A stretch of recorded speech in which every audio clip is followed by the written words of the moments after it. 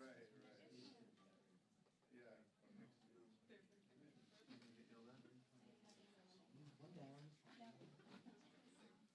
Okay, so then you have set the natural order of that. Thank you. So you're sitting.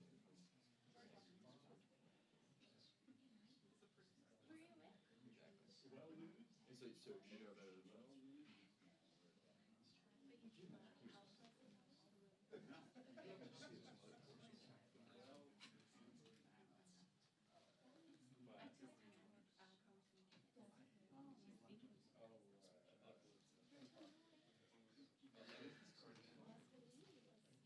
Right.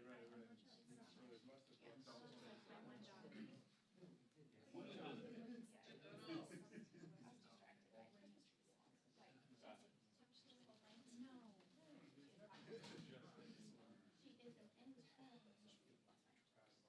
All my friends. They weren't there. We didn't have them. smoking guns. And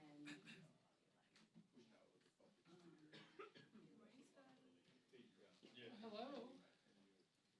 I remember one time at a non-smoking seat, and we were in the first row behind the like, what good is that? Yeah. Next time we're like, okay, we really have to get it. We're not right behind the smoke. No, you're not. So we got on the roof on the plane. So right side of the plane. Better to see it.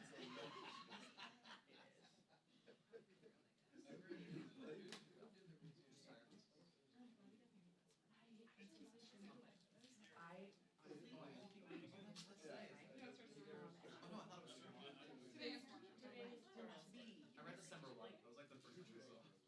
Where's your civic engagement?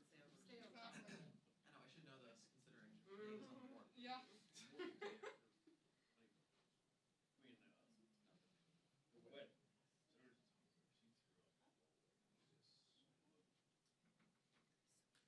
And then the ride, what I thought was a 20-minute ride was 2.5 hours. Death ride.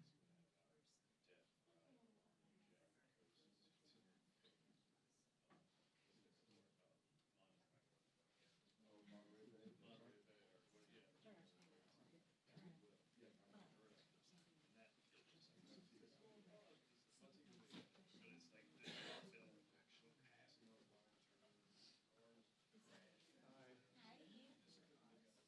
But it's like this, they'll actually pass it over.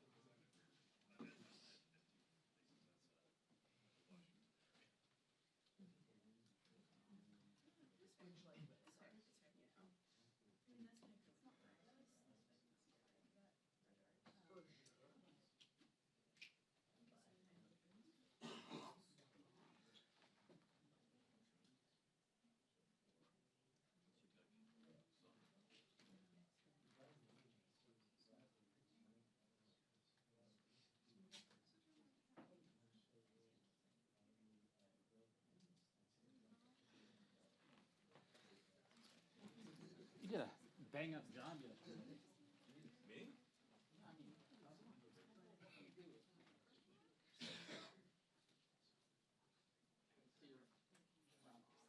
Oh, yeah. This is from Star City. Right. But you, so you're overshadowing your house? you and I were over there. They're not supposed to.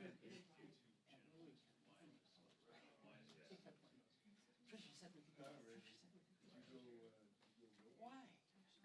Because they had this perfectly framed where they walked through with all the blue. It was perfect. And everybody starts running. And I wanted to get my stuff pegged set than everybody else. So if you say you use your opponent's weight against, does that mean you pick fights only with skinny guys or only with fat guys? What does that mean? No, it was classic. Washington what we did.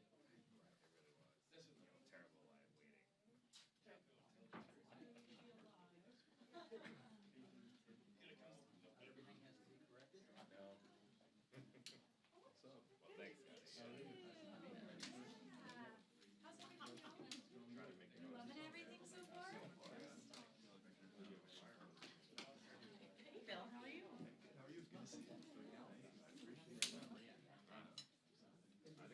Yes. Yeah, he was, what's that?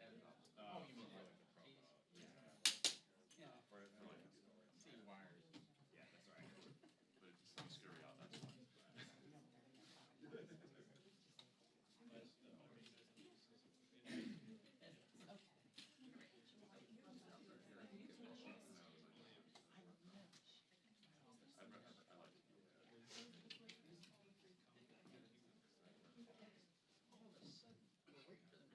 Here.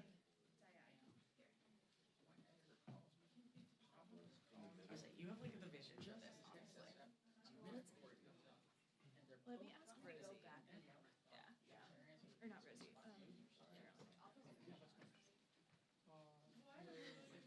It's like everyone is Rosie. I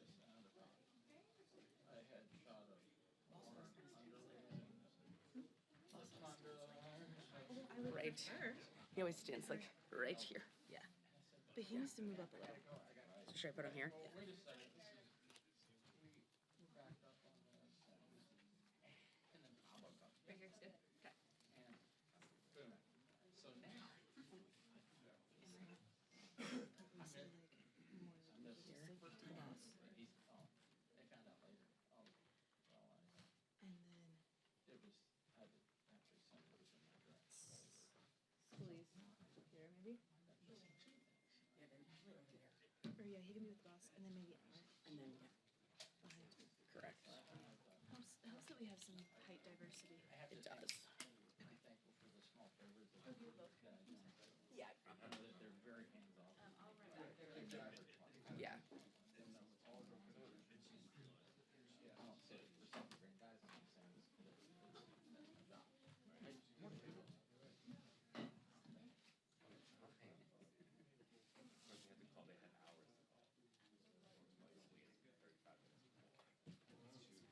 No, I knew it. I never put it all together. And if you want me to stay late every night, no need for me to be in the morning. Are you?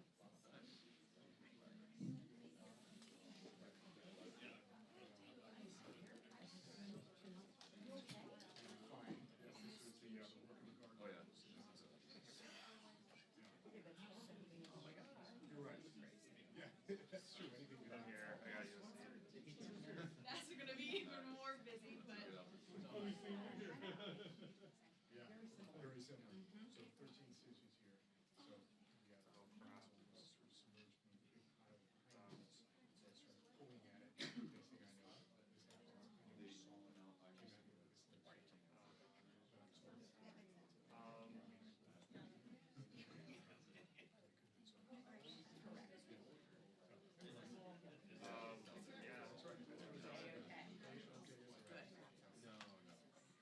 You still waiting for your train? Hey, Bill. Hey, how you doing? Turn that on for me on the bottom there.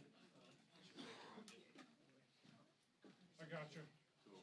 Beautiful. Can you hear me? One more time. Mic check, one, Yep, two, three. loud and I clear, gotta perfect. dip out in like 20 if you see me get up, by the way. You're good to go. I mean, or not the last minute, but in the middle of it. You're like the lawyer, in like a good way. Yeah, I got you. I mean, like, better late than never.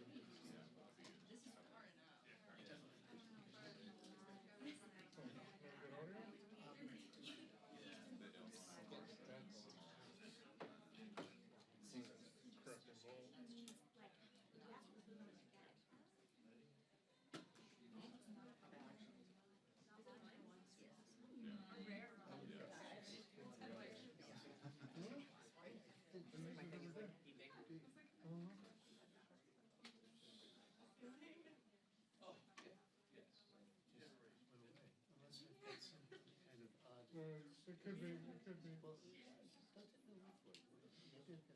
occasional audio interference on that microphone, but I never have interference on that frequency.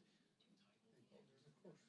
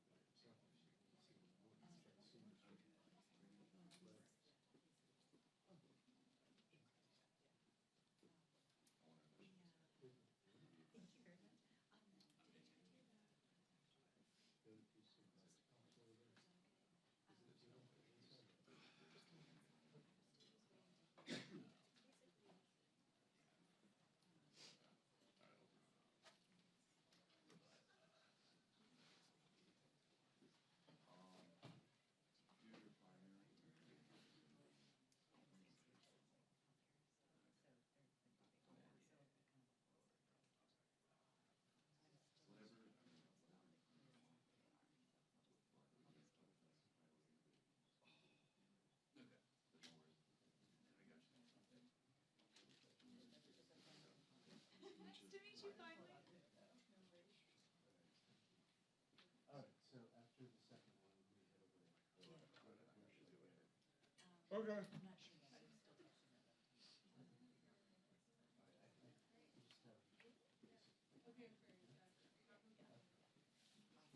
Please ask for a 3-camera shoot. Hey Dan, did he? Gotta keep you on your toes, you know? Did he leave? Oh, he left the mic. Okay. Making sure.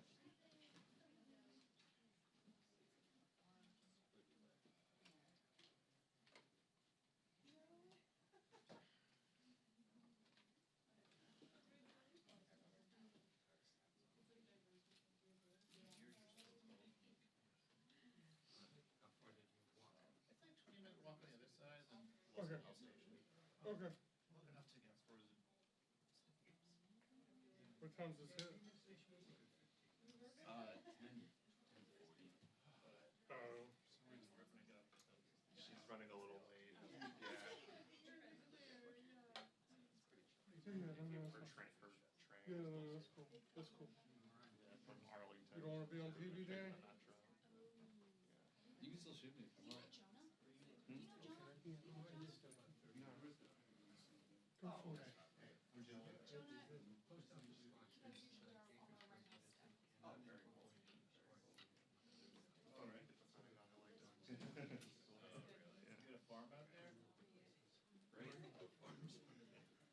It makes you feel like that.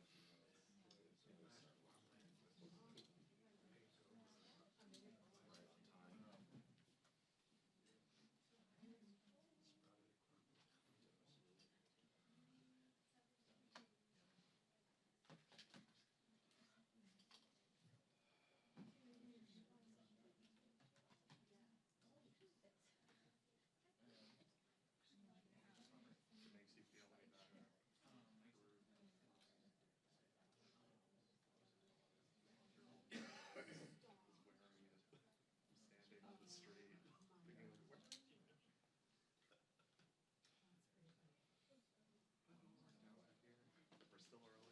We're still early.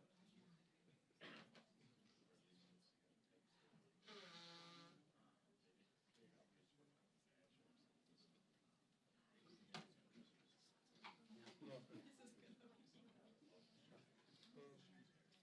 I'm sorry. Oh, Nice to meet you. I can't tell you.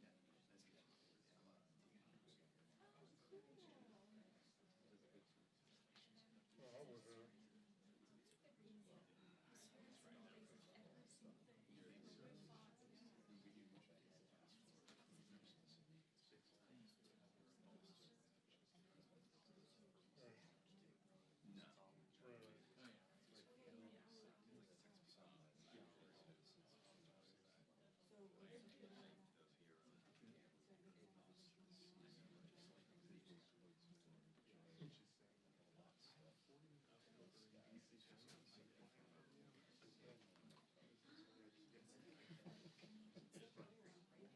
Probably.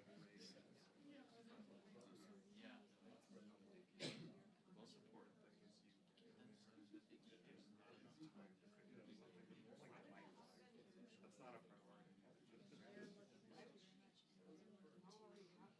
Yeah, I don't know. But on the call, because I said I'm under the impression that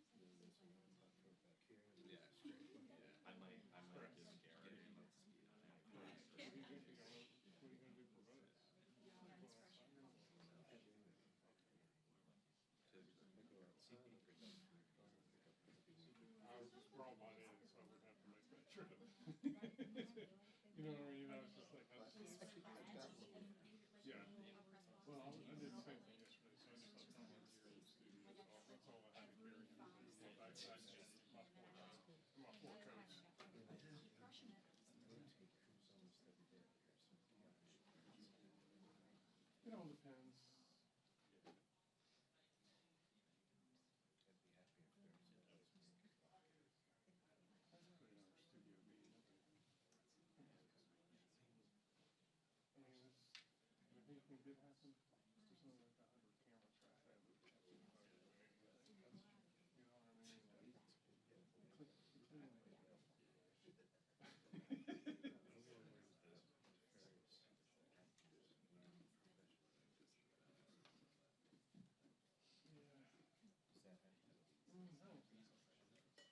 I think most people are pretty respectful. I'm always like, not that I would ever do that, but I'm just too lazy to do something like that. Really? Really?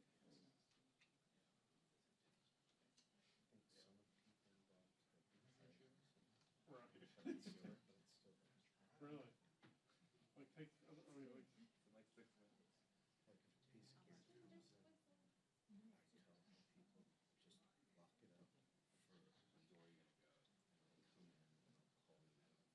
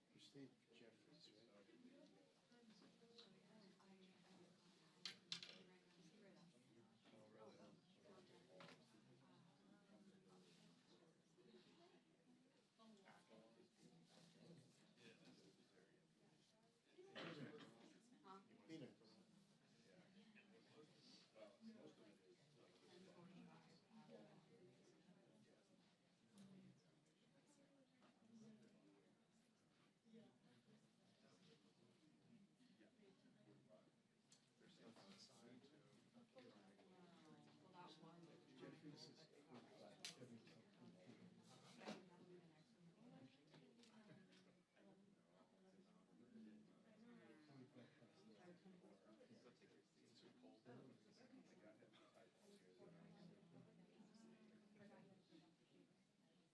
sure that's why they moved it in here.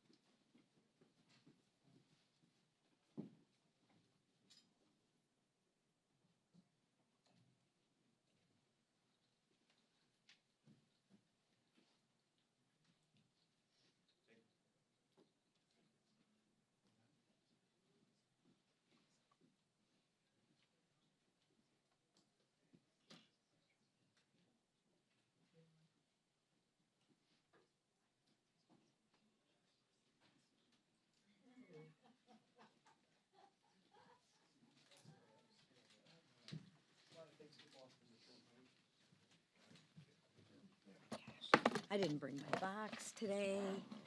That's terrible. Well, good morning, everybody. Hope you all had a good weekend. Let me be clear and start off with saying that Democrats didn't just cause inflation. They lit the match, they watched it burn, and then they poured gasoline on the flames. They buried families under regulations, spent trillions on pet projects, and railed against American paychecks to appease who? Their radical base. And Americans will never forget who did that because we will continue to remind them.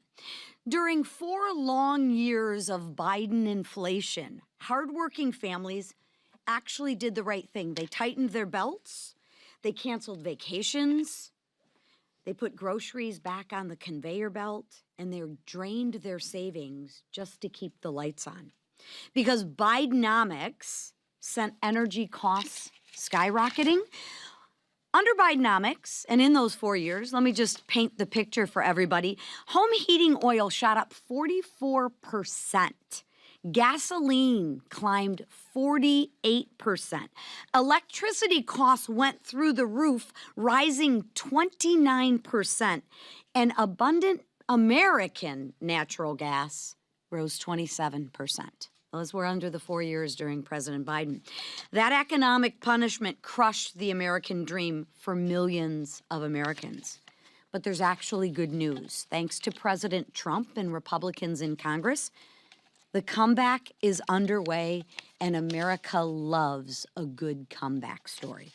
Now, it won't happen overnight. You don't rebuild a burned down home in one day. And after 4 years of economic arson, there's a lot to clean up. But House Republicans are here with the fire extinguisher. We are rebuilding the economy that working families can afford, and so that working families can thrive again. This week, we're laser focused on passing legislation that actually lowers costs. And guess what? It's already working. Gas prices are at a 4-year low. Grocery prices are finally coming down, and wages are actually rising. And next year, Americans will see bigger paychecks because of the Working Families Tax Cut Acts. Remember, the Democrats voted and they wanted to give every single American a pay raise. Every single American, the Democrats voted to raise your taxes. Thank God Republicans voted to not let that happen. Last week, we cut red tape and peeled back Biden's burdensome regulations, and we're doing it again this week. This is all part of an agenda to lower costs and increase paychecks for hardworking families. Real reforms to roll back Washington's overreach and put the power back where it belongs, with the workers, with the families, and with actually the job creators. Government in Washington doesn't need more power. We actually believe that the power lies with the people, unlike the Democrats who want to tell you what to do, when to do it, how to do it. The Democrats believe they are a better steward of your money than you are. We don't believe that. That's why we're putting the power back in your hands. And what are Democrats doing? Again, you think they're going to vote to lower costs? I don't think so. I think the Democrats will vote against giving you bigger paychecks. I think the Democrats will vote against relief for American families. They're fanning the flames of the crisis that they ignited, right? So we will continue our work without them.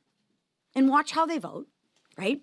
We will continue our work without them, because asking Democrats to fix inflation is like asking an arsonist to join the fire department.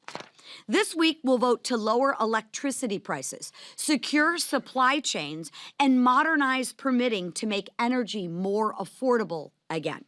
Because House Republicans are cleaning up Bidenomics, ending Biden inflation, and restoring an America that is strong and respected again. We are restoring an America that is affordable and prosperous again for every single hardworking family.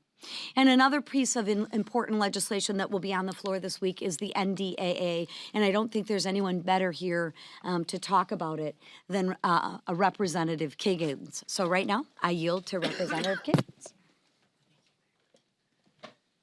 Thank you. Well, good morning. I'm Congresswoman Jen Kiggins, and I proudly represent Virginia's 2nd Congressional District. I'm also a Navy veteran, former helicopter pilot, a Navy spouse, and now a proud Navy mom.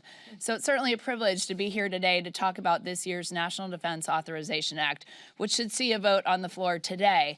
This is over $900 billion of money that we can send to our warfighters and to our military families. There's a large chunk of that's dedicated to ships, submarines, aircraft, the actual warfighting resources and tools that we need to just exemplify peace through strength throughout the world.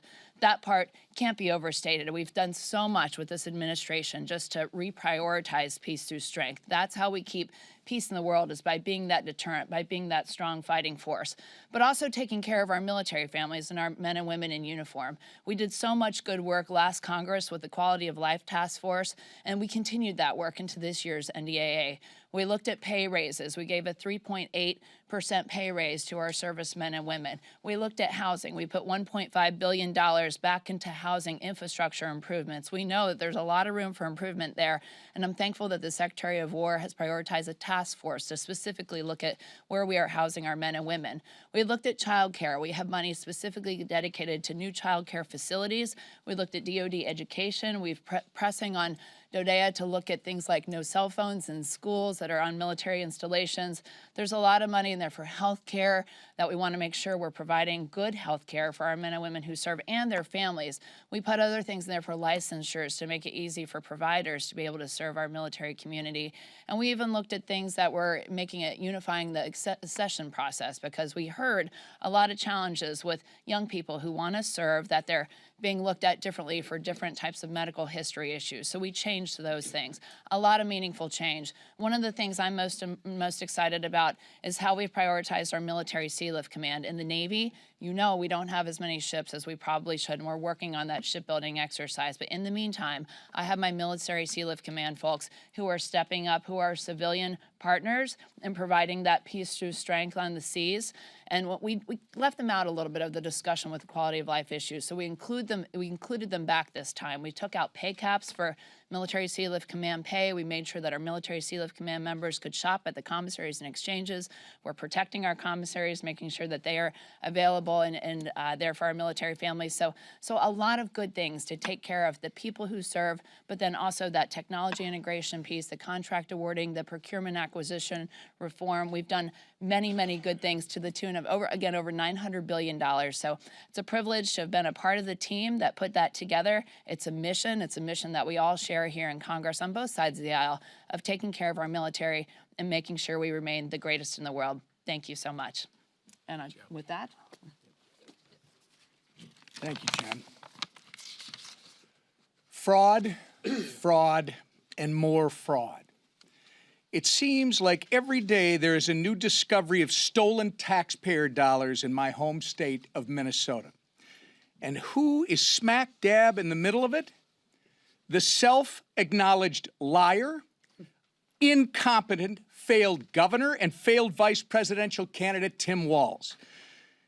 But with the world now watching, Walz can no longer hide from accountability. I want to thank President Trump and his all-star administration for pursuing justice for the hardworking taxpayers of my state of Minnesota. Secretary Noem, Secretary Bessent, Secretary Duffy, FBI Director Patel, Administrator Loeffler, Dr. Oz, Stephen Miller, Border Czar Tom Homan, and even more in the Trump administration have sounded the alarm and taken action finally. On behalf of the people of Minnesota, thank you. In addition to exposing and eliminating rampant waste, fraud, and abuse, President Trump and House Republicans are delivering on our promise to restore affordability and opportunity for the American people. With legislation to streamline permitting, unleash American energy, and increase opportunities for Americans to invest in their futures, we're working to lower costs, support American jobs, and spur business innovation. In particular, the nonpartisan INVEST Act, led by Congresswoman Ann Wagner, is going to cut bureaucratic red tape. It's going to empower small businesses in this country and entrepreneurs. and give Americans more freedom to invest, build wealth, and save for the future. This will be another great week for America First Wins. And with that, I yield to our leader. Thank you, Whip, and really appreciate the work that the Whip has done to remind everybody about the fraud that was going on in Minnesota for years. It's finally getting, I think, more coverage, not as much as it deserves, but alarming that so much of that was going on right under the nose of Governor Walz and the brutal waste of taxpayer dollars. We're going to continue, as President Trump is this week, to focus on affordability and lowering costs. You saw President Trump go to Pennsylvania yesterday to talk about a number of the things he's been working on in his administration and working with Congress to lower costs for families. But it's important to remind people what he inherited and what was going on in this country under the Biden administration for 4 years, when you saw prices skyrocketing, energy costs skyrocketing, interest rates skyrocketing, and Democrats in Congress never cared about any of that. They let it happen. They looked the other way over and over again. An open, porous southern border that President Trump not only said he would fix as a candidate, but now has fixed as President of the United States.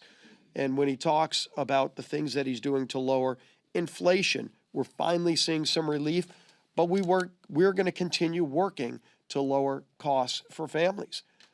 And it's something that is not only important to President Trump, it's important to this House majority.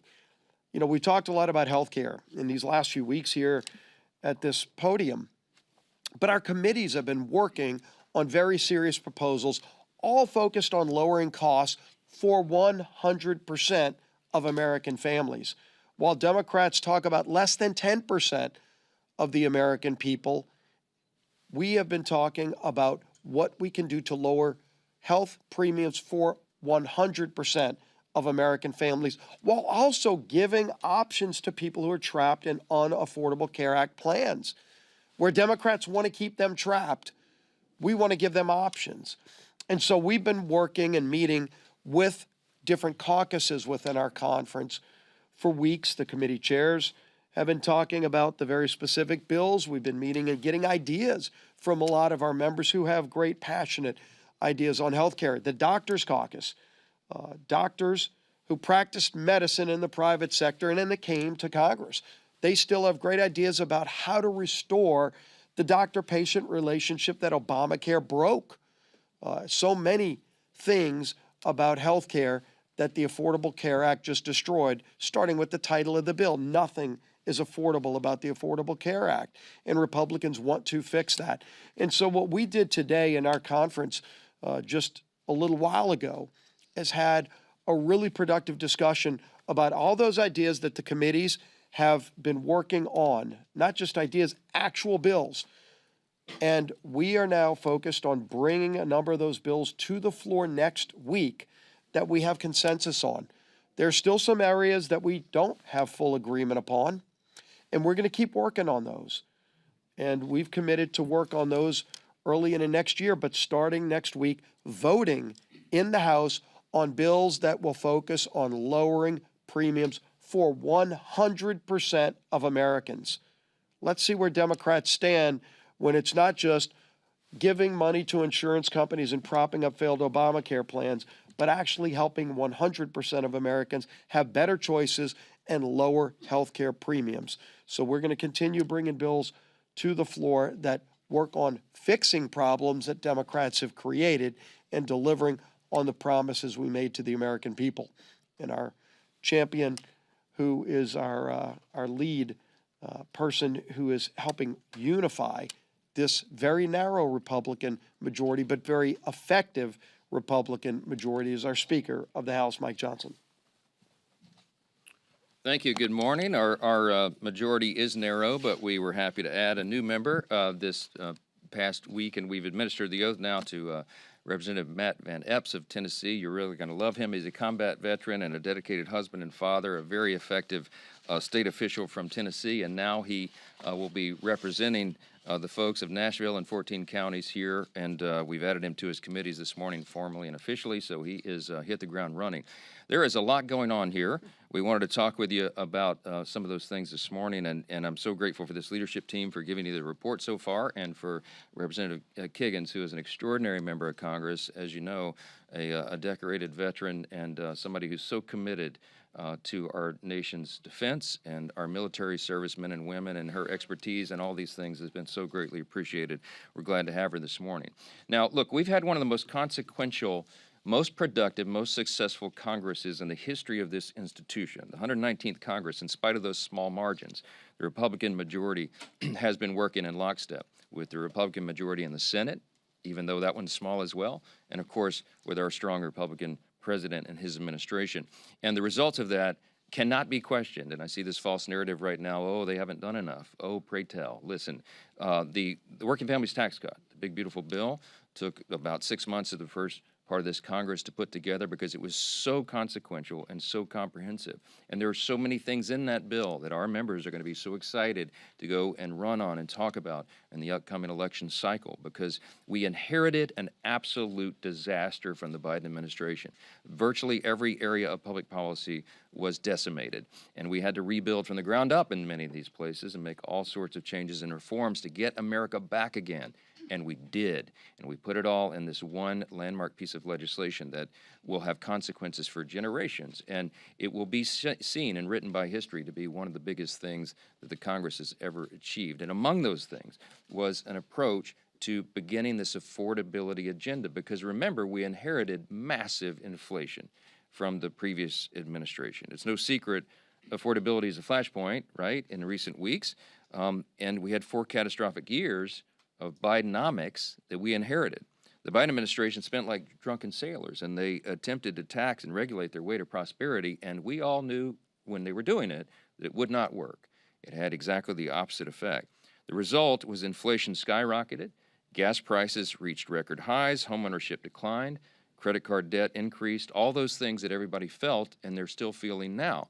Now, the American people gave us a mandate in the election. The president won the Electoral College soundly. He won a big majority popular vote. We got the highest vote total for House Republicans in the history of this institution, and they charged us to go fix this. We began that process with the big, beautiful bill, and we have never let up on the accelerator. We keep it going day by day, week by week, notching away at this, trying to fix everything that the previous team broke. And now I wish we could flip a switch right after the election and make it all go away, make it all right. But you know that's not how the economy works. It takes some time to implement new policies and root out the bad things, and that's what's happening.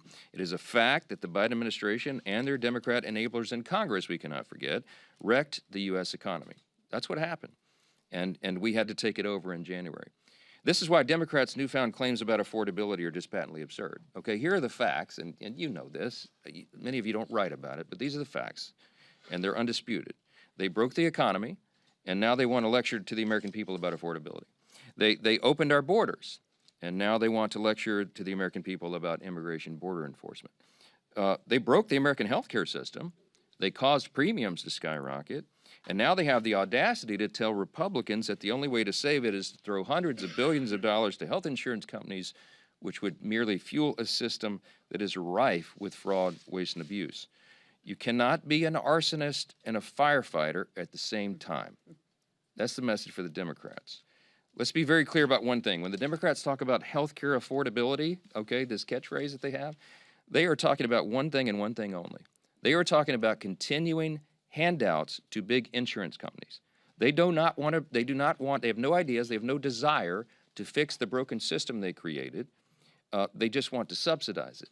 And subsidy is a big word. It means they're taking taxpayer dollars and funding a broken system. That is their entire affordability agenda in a nutshell. This agenda does not lower health care costs. All it does is hide the cost of the failed law, which we assume is the point.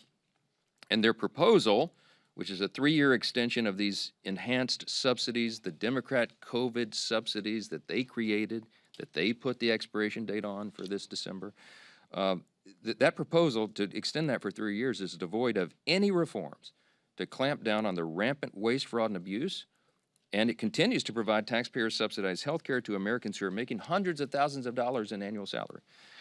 It doesn't make any sense. Now, you heard Whip Emmer and Leader Scalise reference the massive fraud that's just been uncovered in the last week or so in Minnesota. We know that this has been going on around the country in these deep blue states, and now the evidence is starting to come forward. It's staggering. It should upset. It should anger every American that this is where their dollars are being wasted and abused. A new report by the Government Accountability Office, which I haven't seen too much written about yet, you should look into that. It is an eye-opener as well.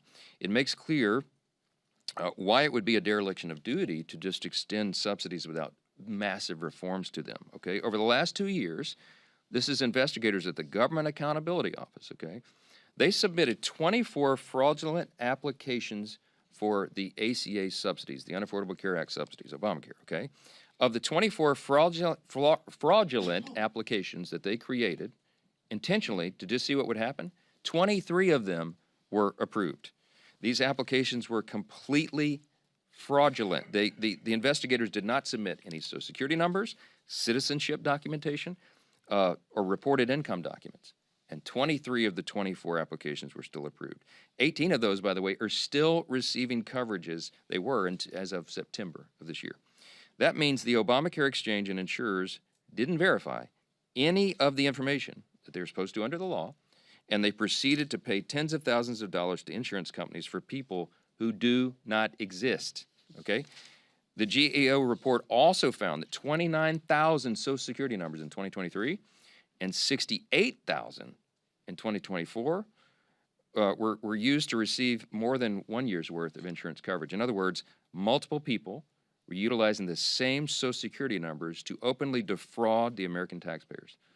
The GAO also found that more than $94 million was sent to insurers on behalf of dead people, okay? This is the system that Democrats in Congress want to extend without reform. It's unbelievable. Listen, these are undisputed facts. The Democrats broke America's health care system when they gave us the Unaffordable Care Act, Obamacare, 15 years ago. Remember all the promises? Some of y'all were here. The average premium and the average family is going to go down to $2,500 a year. You're going to be able to keep your doctor. You're going to love this system. None of that was true. In fact, it's the opposite. And premiums have risen because they broke the system dramatically over that time. In some areas, as much as 70%, in some over 90%. And those things are still on a trajectory to rise further. Now, what are we going to do about that? The Democrats had a chance to vote to make life more affordable earlier this year in the Working Families Tax Cut, the big, beautiful bill, and they blew it. The House version of the bill, you may remember, included cost-sharing reductions. We passed that out of the House, we sent it to the Senate, and what that would have done is would have lowered premiums for the average American family by over 12%. Democrats fought to strip that out of the bill.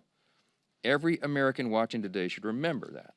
The Democrats had a chance to actually lower your premium 6 months ago, but they refused because they wanted to keep health care as a political football. They do not want a solution. They want an issue. That's what this is about. They use the American taxpayers, they admitted themselves during the longest shutdown in U.S. history a few weeks back, as leverage in this cynical political game. So in the coming days, what you're going to see is the other party, the Republican Party, continuing to do the important work that we've already begun to actually lower the cost of health care and reduce fraud, and we hope Democrats will join us in those efforts. There are two parties in this town. One has no intention and no plan and no desire to lower your health care costs. They really haven't put any good idea on the table. They just want to subsidize a broken system. Check them on that. The Republican Party, on the other hand, is already demonstrating that we know how to do this. We're not just talking about it, we've done it. In the Working Families Tax Cut, you will remember, in the Medicaid reforms, we went after program integrity. We didn't change the substance of Medicaid, as they've claimed falsely. We went to program integrity. Why? Because we owed that to the American taxpayers. We got ineligible recipients off of Medicaid, and we cut out the fraud, waste, and abuse. And the CBO said they've calculated it saved $185 billion for American taxpayers, and it reduced premiums. We reformed it to strengthen Medicaid. Those same principles are going to guide us in the months, in the weeks, the days and weeks and months forward. As Leader Scalise noted, we have some low-hanging fruit. We have some things that every Republican agrees to. Democrats won't. Remember, they don't actually want to fix this problem. But you're going to see a package come together that will be on the floor next week that will actually reduce premiums for 100% of Americans who are on health insurance, not just the 7%. Remember, the COVID-era subsidy only covers 7% of Americans, and it was passed and extended without any reforms at all. It would only reduce their premiums by 4%. So they're using that as a red herring. The overall system is broken, and we're the ones that are going to fix it. You will see that laid out. Thanks to the good work of Chairman Cole and all of our appropriators, we have our appropriations process that will be going forward as well. We're moving those through the regular order process, and that's the way it's supposed to work. So you'll see many of those going through the process, and we think we can get it all wrapped up by the end of that deadline on January 30th. And you'll see that process continue over the days and weeks ahead as well. I will say this again. This Congress has been the most productive and successful in the modern era, and I think I think you can make an argument, one of the top 5 of all time. You'll have heard me say that. Look at the evidence and the facts. Don't listen to the talking points. This team has delivered with small margins what the American people asked us to do and what we promised we would do. And that work has just begun. It will continue in earnest all the way through the end of this year as we sprint through the end of this calendar year and we start the new session in January. We never take our foot off the gas. So with that, I'll take a few questions. Yeah. Speaker Johnson, do you intend to advance pro-life provisions in your health care package, such as amendments for whatever you advance? Well, look, it's an important principle. The Republicans always stand by the Hyde provisions. It's been a tradition in our law forever. We do believe in the sanctity of human life, and we think it's important that taxpayer dollars not fund abortion. I mean, this is a well-settled principle of ours. So this week, as we go forward, we're gonna do a lot of things on the floor, and we always keep our fundamental principles in mind. Let me tell you just some of these things this week. I mean, some of this has been mentioned, but real substantive things coming to the floor. We passed legislation last week to keep the CCP out of your children's classrooms and to cut costly red tape for small businesses. This week, you're going to have the NDAA on the floor, as Representative Kiggins has talked about, building on historic investments that we included in the Working Families Tax Cut to advance President Trump's Peace Through Strength agenda. By the way, I want to just tell you, before somebody's going to ask about these provisions, this legislation, the NDAA, codifies 15 of President Trump's executive orders, as the leader mentioned, provides a well-deserved pay raise for our troops. It advances the Golden Dome. It revitalizes our defense industrial base. It ends woke ideology at the Pentagon, and it keeps the border secure. And it's the product of months of work by Chairman Rogers and our House Armed Services Committee with Representative Kiggins and all the colleagues there. We thank them for their efforts. And this week, we're also going to have legislation to streamline permitting processes, accelerate permitting approvals, as Chairwoman McClain discussed, strengthen our electric supply chain, and many other things. What you're not going to see, though, is a dreaded Christmas omnibus, right? Because we broke that fever, and I'm so proud of that. For 3 consecutive years, Republicans have avoided the bloated end-of-the-year Christmas omnibus. We've broken that tradition, and we're not turning back. Those are the things you're going to see as we advance our core principles and we stick to the traditions of what we've done for the taxpayers and for the citizens of this country. Yes. Second row, right here. Glasses. After the Gang of 8 briefing that you had yesterday, what makes this video of a second strike on a suspected drug vote different from the other videos the administration has voluntarily released? And do you support all members of your conference being able to see it? My admission here is I was not in the Gang of 8 briefing yesterday because we were working on the healthcare stuff, and it was timed at exactly the same time as we had our 5 families, all of our caucus meetings, and I told Secretary Hegseth and Secretary Rubio I wouldn't make it, so they're going to meet with me individually, so I have not yet seen that. But I will tell you that they have obviously shown that video to the Gang of 8, and I think members of the House Armed Services Committee and the Senate Armed Services Committee. So you have to ask the question to them. So we'll see. Yes, yes, sir. Yes, yeah, yes, sir. Second row. Yes, sir. Yeah. Can I get your thoughts on Jasmine Crockett's run for Senate? What does it say about the state of the Democratic Party? And do you feel worried about her chances of winning at all? I'm absolutely delighted that Jasmine Crockett is running for Senate in Texas. I think it's one of the greatest things that's happened to the Republican Party in a long, long time. She is the face of the Democratic Party. She and Mamdani.